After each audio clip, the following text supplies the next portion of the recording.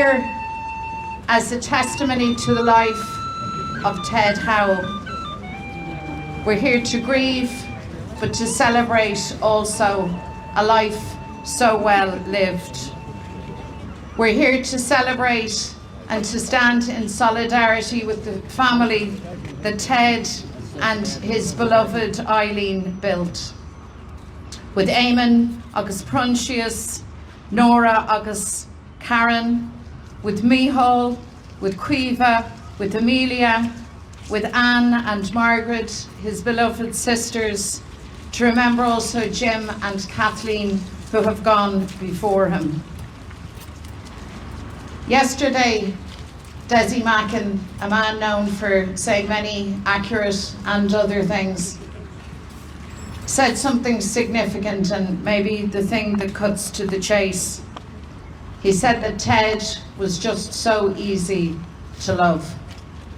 And I think all of us who gather here, however we knew him and for however long you knew him, knew that in him you had a quality person, a friend, a comrade, a person than Céad Scoth, and a person whose singular attribute for me has always been his ability to cut to the essence of a thing, to get by hype and hyperbole, hysteria and verbiage, and get to the thing itself, the heart of the thing.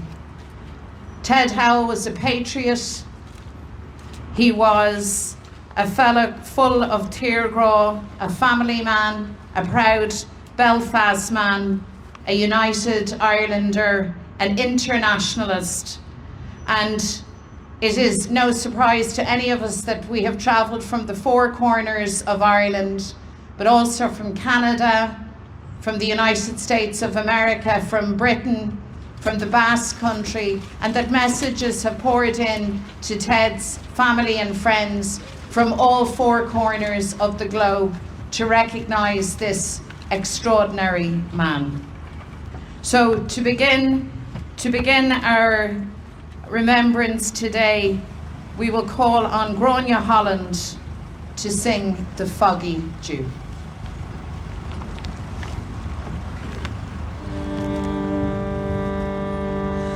Goshi sagran du mask na gran ke jian khari min work vinas la chachana banuna hachata kan gruan niro kronan kina spell of peep na drami atoga gla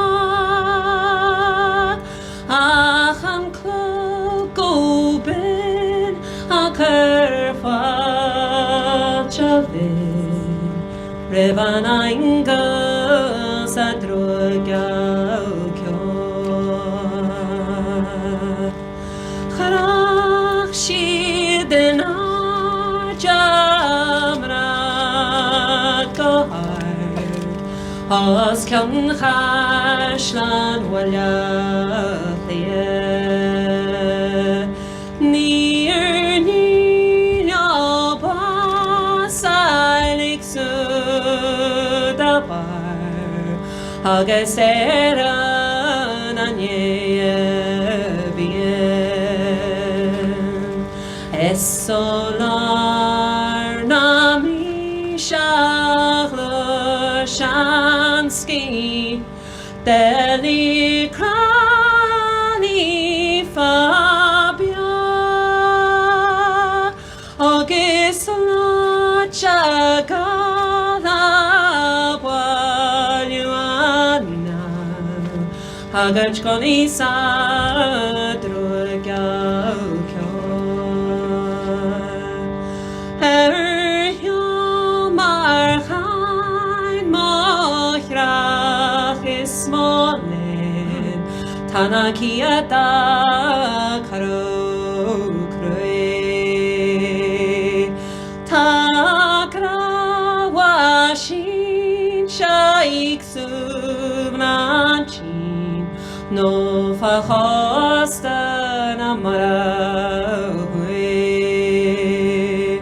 Tawi hushit pasawalyer Leshan fear Santanyu Sahlar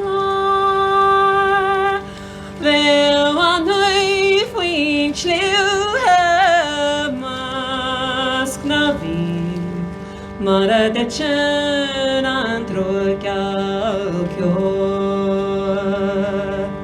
She had Parnalia Hechvalir Emre Shukrina Kask Agistak Shichin Kokrachichin Hege Agin Fanawas Espison Antila Branangriv Harin Klana Gil Savra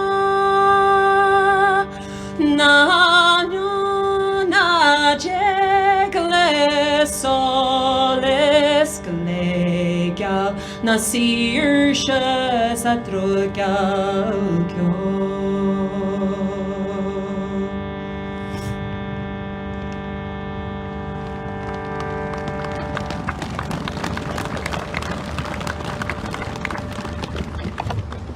Gurmila Mahagat Sho Grania. Ted Howell was a significant figure in the Irish struggle for freedom from his earliest days. And he remained a true and faithful servant of our struggle until his very, very last. And many of you gathered here spent a life in struggle with Ted, and you'll have your own remembrances, you'll have your own memories, your own achievements, where you scaled the heights and sometimes hit the very depths of lows in that life of struggle. Today, Jerry Adams, Iarúg Thrón Hin Féin, a lifelong friend of Ted Howell, will pay on his behalf and on all our behalfs the final tribute and oration for the Fenian hero.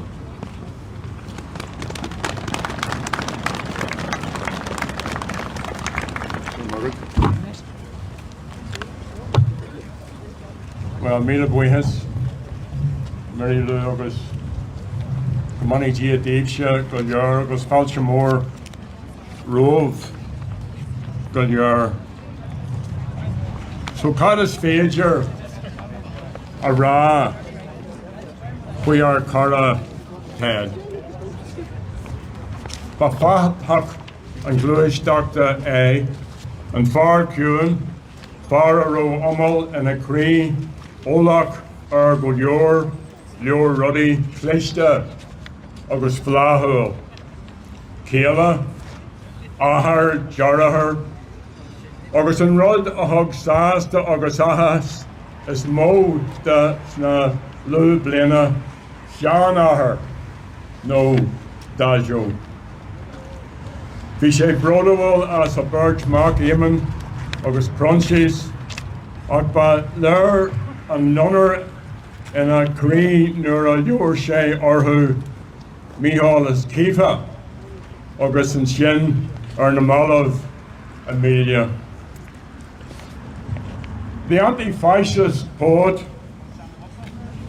Bertolt Brecht once wrote, "There are those who struggle for a day, and that is good. There are those who struggle for a year, and they are better. There are those who struggled for many years, and they are better still. But there are those who struggle all their lives. They are the ones we cannot do without.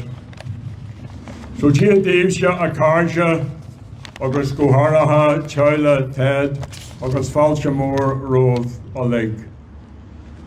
I want to welcome you all and to applaud the words of Mary Lou as we bury our good friend and comrade Ted with the love of his life, Aileen Duffy.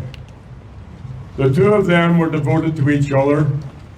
They were married on October the 9th, 1972, and Aileen was a formidable Republican also, a champion of the people of West Belfast.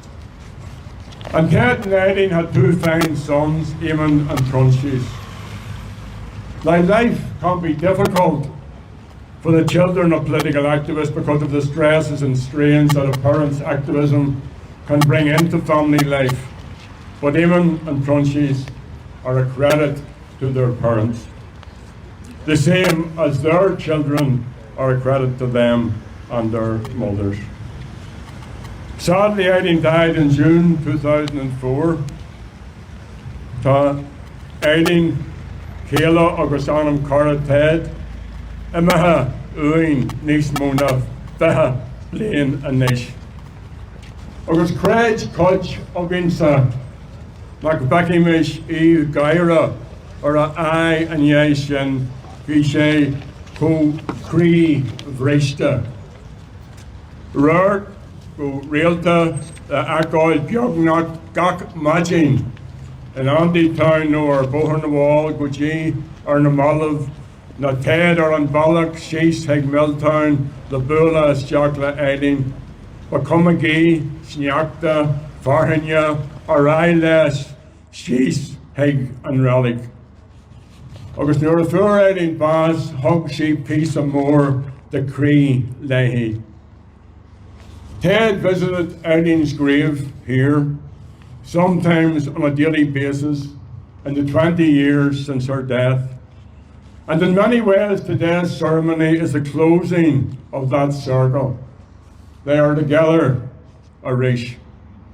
So I want to extend our condolences and our solidarity on behalf of Republicans everywhere to Ted's sons, to Eamon, his wife Nora, to Prunches, and his wife Corinne, to Ted's grandchildren Michal, Kifa, Amelia, and to their wider family and friends, including his sisters Anne and Margaret, and the late Jim and Kathleen, and all Ted's nieces and nephews and brothers-in-law. I also want to thank you all for coming here today to share this sad occasion with us. And a special thanks to Father Gary, who buried his mother yesterday. Tamid ar exmuinteamh Latsa Ahara agus the Chila agus goimwich wehas lat. Agus has logamsa go well Cree, Carja, Ted agus the Chila go well ar Griha Reista. Agus Kahimera go well go your Dini Bronach and you Kaimage Cara. Now all of us will have stories of Ted. His family members, his lifelong friends, his neighbours, his comrades, his local butcher, his drinking companions, former prisoners, people from the Felons Club or the Horseshoe Bar, or Gaza, or the Basque Country, Long Cash, or London, or the USA, or Canada, or South Africa, or the PD, or Downing Street. Companions from Fla's of decades ago, from Dublin in the rare old times, as well as his grandchildren and the rest of us. Stories about his humour, his generosity, his loyalty, his lifelong commitment to republicanism. And those of us who worked with him for decades value his friendship and his mischief making and his crack and his insights into the human condition. Ted's life was full and he loved life, and no oration can do justice to him. He grew up in Avey Parade off the Falls Road. He was a good son to his mother and father and a good brother to his siblings. His mother, Maggie McFadden, blamed Mickey Welch for leading him astray and for his fondness of the odd wee drink. He met Aileen in 1965. He was 18, she was 16. And like all teenagers, they attended local dances. They saw Van Morrison's Them and Rory Gallagher's Taste, as well as some of the show bands of that era. And they were regular attenders at traditional music sessions here and across Ireland. Ted loved music. It was an enduring passion which stayed with him until his death. And in recent years, a gang of us attended Christie gigs and Leonard Cohen and Bruce Springsteen and Dylan and Willie Nelson and many, many more. Ted was also a Gaelgoer, then Scot. But in 1966 in this city, it was hard to get a decent job, so Ted went off to Canada. And during that time, he and Aileen wrote to each other a couple of times every week. And after 3 months, he came home and to a Belfast which was just experiencing the first sectarian killings of that time. In early 1966, Catholic schools, homes, businesses were attacked across the city. A number of people were killed by the UVF, aided and abetted by the RUC and B Specials, and some unionist leaders. The scale of discrimination against Northern nationalists meant it was almost, as I've said, impossible to get a decent job. And tens of thousands of people were denied the right to vote in local elections. Constituency boundaries were gerrymandered to ensure unionist domination, and the revision of housing was based on sectarian criteria. Those years were to shape Ted's politics and those of thousands of young people. In early 1967, the Northern Ireland Civil Rights Association was founded. It published its modest demands, and these were very simple reforms, but they were deeply resented and resisted by the unionist political establishment and ignored by the London government. In August 1969, on the 12th of August, the RUC and the B Specials were deployed in Derry, and the Battle of the Bogside began. On August the 14th, a loyalist mob, including B Specials and the RUC, attacked the Falls community. And they turned this counter into a war zone. In Derry, British soldiers were employed for the first time. Over the 2 days of the 14th and 15th of August, 8 civilians were killed. Between August and September, 3,500 families fled from their homes here in Belfast. And nationalist opposition to the Unionist state was reinforced the following year with an attack on the Short Strand, the Falls curfew, and the following year with the introduction of internment. Ted took part in protest marches. Then he joined the Irish Republican Army. In March 1972, he was arrested. He was interned, first on the prison ship Maidstone and then in Longcash camp. And while he was in there, Eddie began to write and to send him books. In March, the British government abolished Stormont and Ted was released in mid-June. He and Eileen met up again and resumed their relationship. However, Ted and Eileen's joy at his release was short-lived when in the following month, Ted's older brother Jim was randomly kidnapped along with his business partner Gerard McRae and murdered by a lawless death squad. This was a huge blow to the family, and it confirmed for Ted the awfulness of sectarianism, which he consistently opposed throughout his years of activism.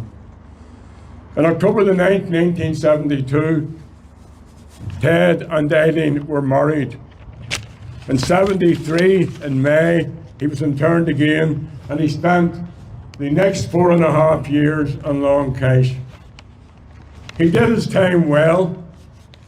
He and I shared a bunk bed for some of that time. They were separate beds.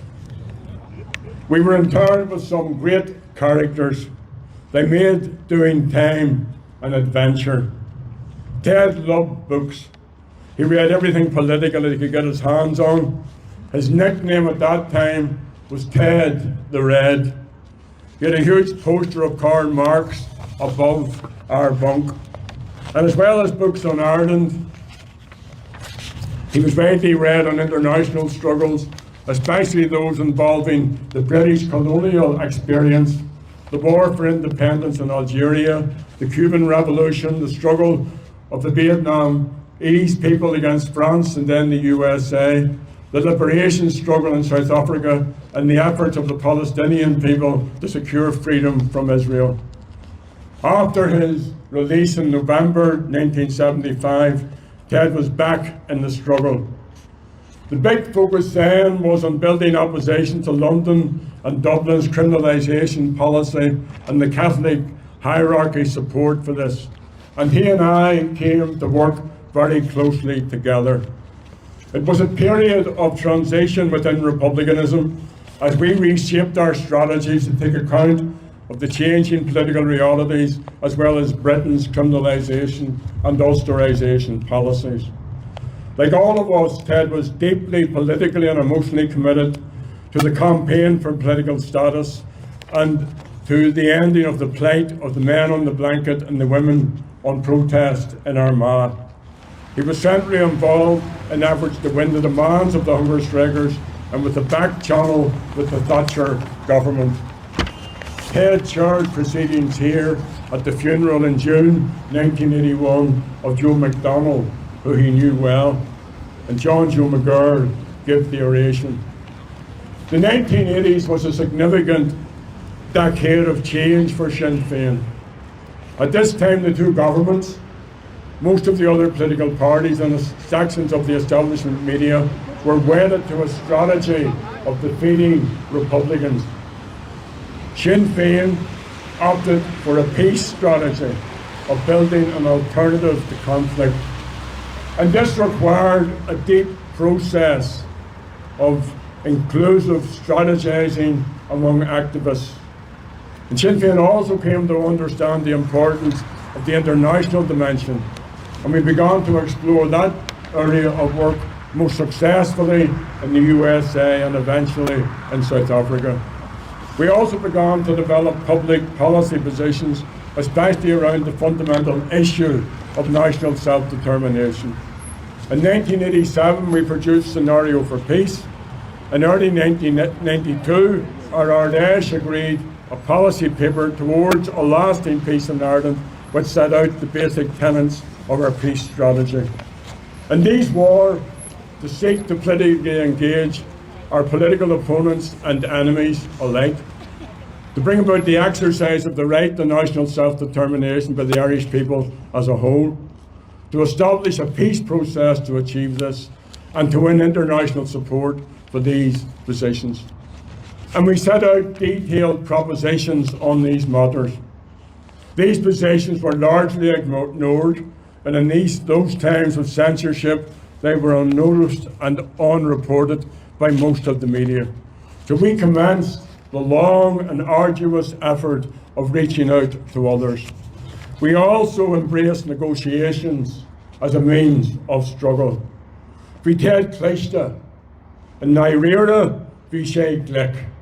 Craig she and sé nach will leider cahi go mé sé glic. Agus beceart ag Ted. The governments refused to publicly engage. They were locked into an aim of defeating us. But despite this, we gradually developed contacts with Fianna Fáil. We built on our work with John Hume and with our allies in the USA. And in the Hume-Adams Agreement, we identified national self-determination as central to any agreement. The Unionist parties set their faces against our efforts. The British government refused to grasp the imperative of peacemaking. A new Taoiseach, Albert Reynolds, was more positive, and we eventually succeeded in getting the White House and President Clinton involved, and from there Senator George Mitchell and other representatives of the international community. Eventually, In April 1998, the Good Friday Agreement was achieved. Ted was central to all these developments. And I've skimmed over this, 30 years of work, which also included rejuvenating and building Sinn Féin, and Ted was at the heart of it all. In the course of our work, our leadership established an engagement structure with teams of activists and advisors dealing with pertinent issues which arose in the ongoing negotiations. There were at least 50 activists involved in this endeavour, including 15 women comrades. Ted was the anchor for this work. And as I say, I sketched this out so that his role is on the record. He provided cohesion, accountability, good practice, oversight, and the tracking of issues through these processes. And when the location of the talks processes shifted from London and Dublin to Stormont, he also started to feed our team. First of all with soups and bread and pasta, then salads and pies and hams and fish dishes and curries and soups and beans. And Ted doesn't just feed our team. The DUP and the Irish government representatives also enjoyed his culinary delights. And Padraig Wilson in particular sweetened them up with his desserts, especially the DUP. The DUP loved Padraig Wilson's desserts. Ted had great politics. He could smell bullshit and bullshitters from a mile away. He had an abiding commitment to sovereignty and independence, to equality, to fairness, and to an Ireland free from the scourge of sectarianism.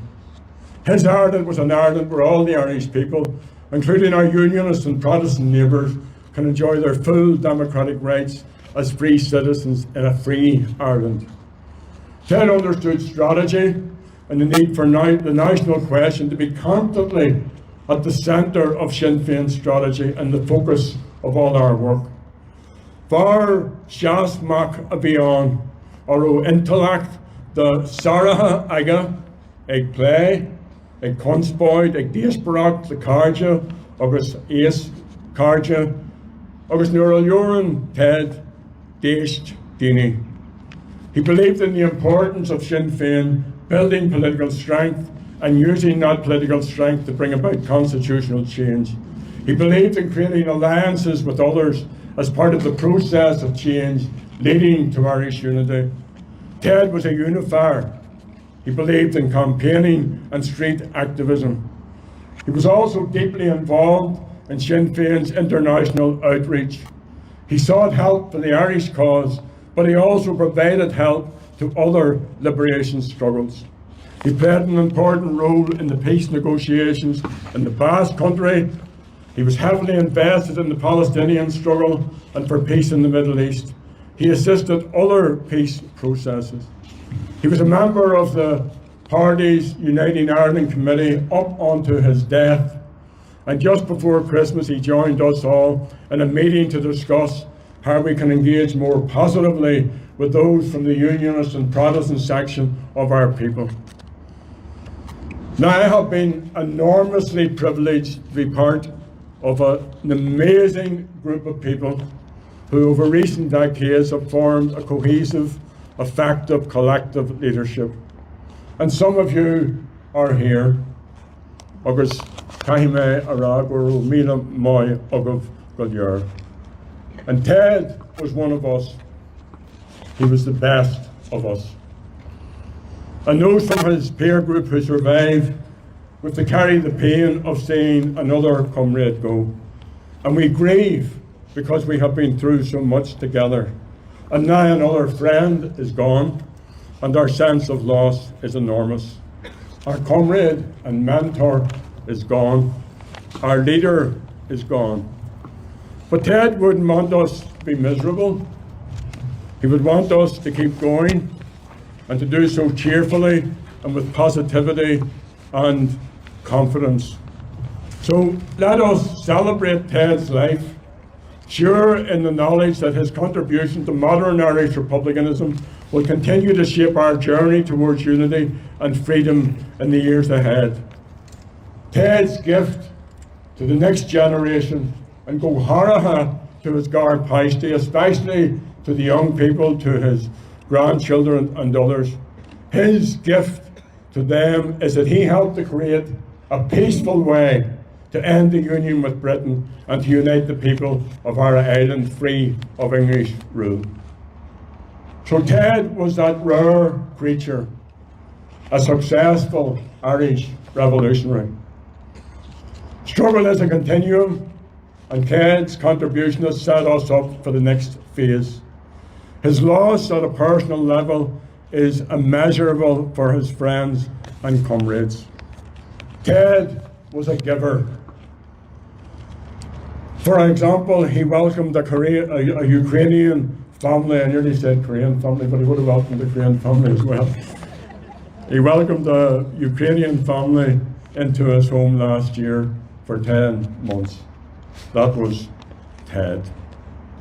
And all of us, including me, have been blessed by his generosity. He was a decent human being. He, as Desi has said, was easy to love. And that's why his loss is so great to us all. But it's even greater for his sons Eamon and for Nora, for Crunchies and Karen, for Ted's grandchildren Michal, Kifa and Amelia, and his wider family and friends, including Anne and Margaret and his nieces and nephews. So, on behalf of Republicans everywhere, you have our continuing support in the time ahead and our solidarity. It's time to say Slán to Ted. It's time to raise a parting glass, and one of Ted's last orders to me was not to sing this at his funeral. Of all the comrades that I had, they're sorry for my going away. And all the sweethearts that I had, they would wish me one more day to stay. But since it fell into my lot that I should rise and you should not, I'll gently rise and softly call, good day and joy be with you all. So fill to me the parting glass, and drink a health whate'er befalls, then gently rise and softly call, good day and joy be with you all. Slán Ted, Sláinte. Suair míle mágah.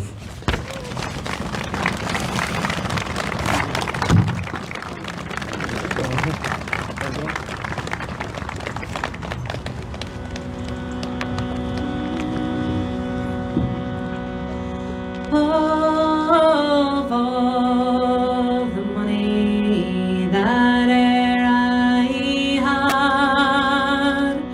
I have spent it in good company.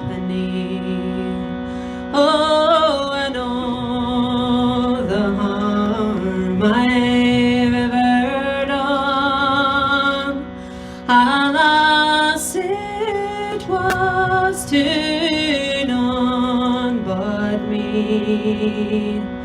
And all I've done for want of wit to memory now I can't recall. So fill to me the parting glass. Good night and joy be to you all. So fill to me the parting glass, and drink a health whate'er befalls. Then gently rise and softly call, good night and joy be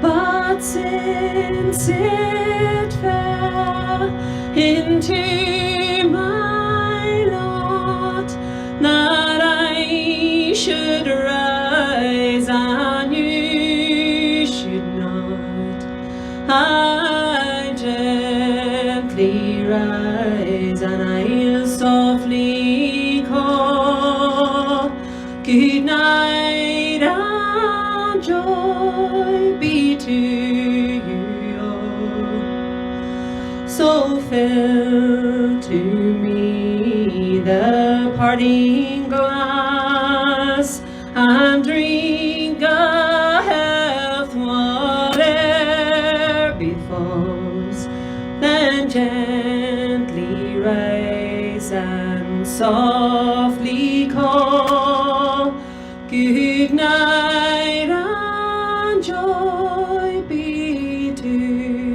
you all. Want to say that those of us who now carry the flag onwards will honour Ted in the best and I think most fundamental way that we can, and that is carry on building this struggle and reaching that horizon of a new united Ireland. Ted would expect nothing less of us, and we will not let him down.